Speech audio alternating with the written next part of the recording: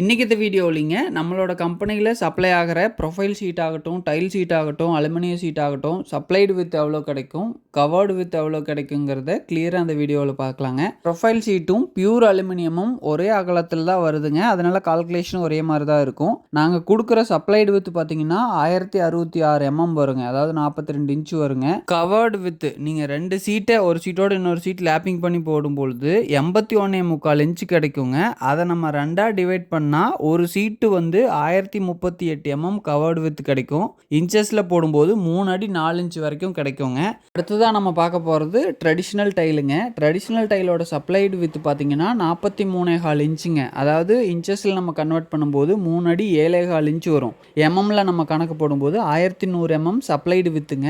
ஒரு சீட்டோட இன்னொரு seat lapping வச்சதுக்கு அப்புறமும் நம்மளுக்கு கிடைக்கிறது பார்த்தீங்கன்னா 2 சீட்டு சேர்த்து 83 இன்ச்சு கிடைக்குங்க. அதை நம்ம ரெண்டாக ஸ்ப்ளிட் பண்ணோம்னா 3 அடி 5.5 இன்ச்சு கிடைக்குங்க. ஒரு சீட்டு ஆஃப்டர் லேப்பிங்க்கு அப்புறம் நம்மளுக்கு கிடைக்கக்கூடிய கவர்டு வித்து இதை நம்ம எம்எம்ல கன்வெர்ட் பண்ணும்போது 1054 mm கிடைக்கும். அடுத்ததான் நம்ம பார்க்க போகிறது RV டைலுங்க. RV டைலோட supplied with 43 inch கிடைக்குங்க. அதாவது எம்எம்ல நம்ம கன்வெர்ட் பண்ணும்போது 1092 mm கிடைக்கும்.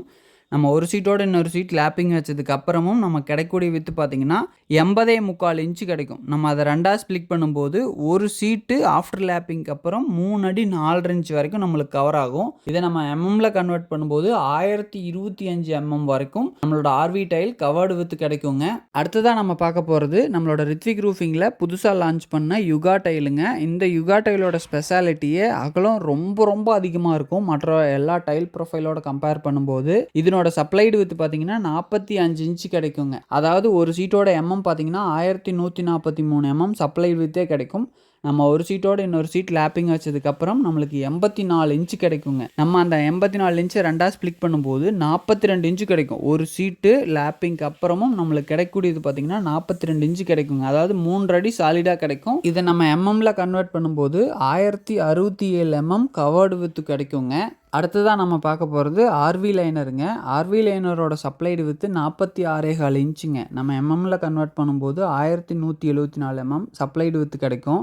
இது ஒரு சீட்டோட இன்னொரு சீட் நம்ம லேப்பிங் வச்சதுக்கப்புறம் கிடைக்கக்கூடிய கவர்டு வித்து பார்த்தீங்கன்னா 89.25 இன்ச்சு கிடைக்கும். 2 சீட் நம்ம லேப்பிங் வச்சதுக்கப்புறம் இதை நம்ம ரெண்டாக ஸ்ப்ளிட் பண்ணி ஒரு சீட்டோட கவர்டு வித் எடுத்தோம்னா உங்களுக்கு 3.25 அடிக்கு ஒரு 10 mm குறைவாக இருக்குங்க. நம்ம எம்எம்ல கன்வெர்ட் பண்ணும்போது 1140 mm கிடைக்கும். கேல்வால்யூம் சீட்லேயே அதிக கவரேஜ் கொடுக்கக்கூடியது நம்மளோட ஆர்வி லைனருங்க. ஆர்வி லைனர் கிளாடிங் பர்பஸ்க்கு பர்ஃபெக்டாக சூட் ஆகும். நீங்களே ஒவ்வொரு சீட்டு எவ்வளோ லேப்பிங் கிடைக்கும் அப்படின்னு சொல்லி ஈஸியாக இப்போ கால்குலேட் பண்ணிக்கலாம்.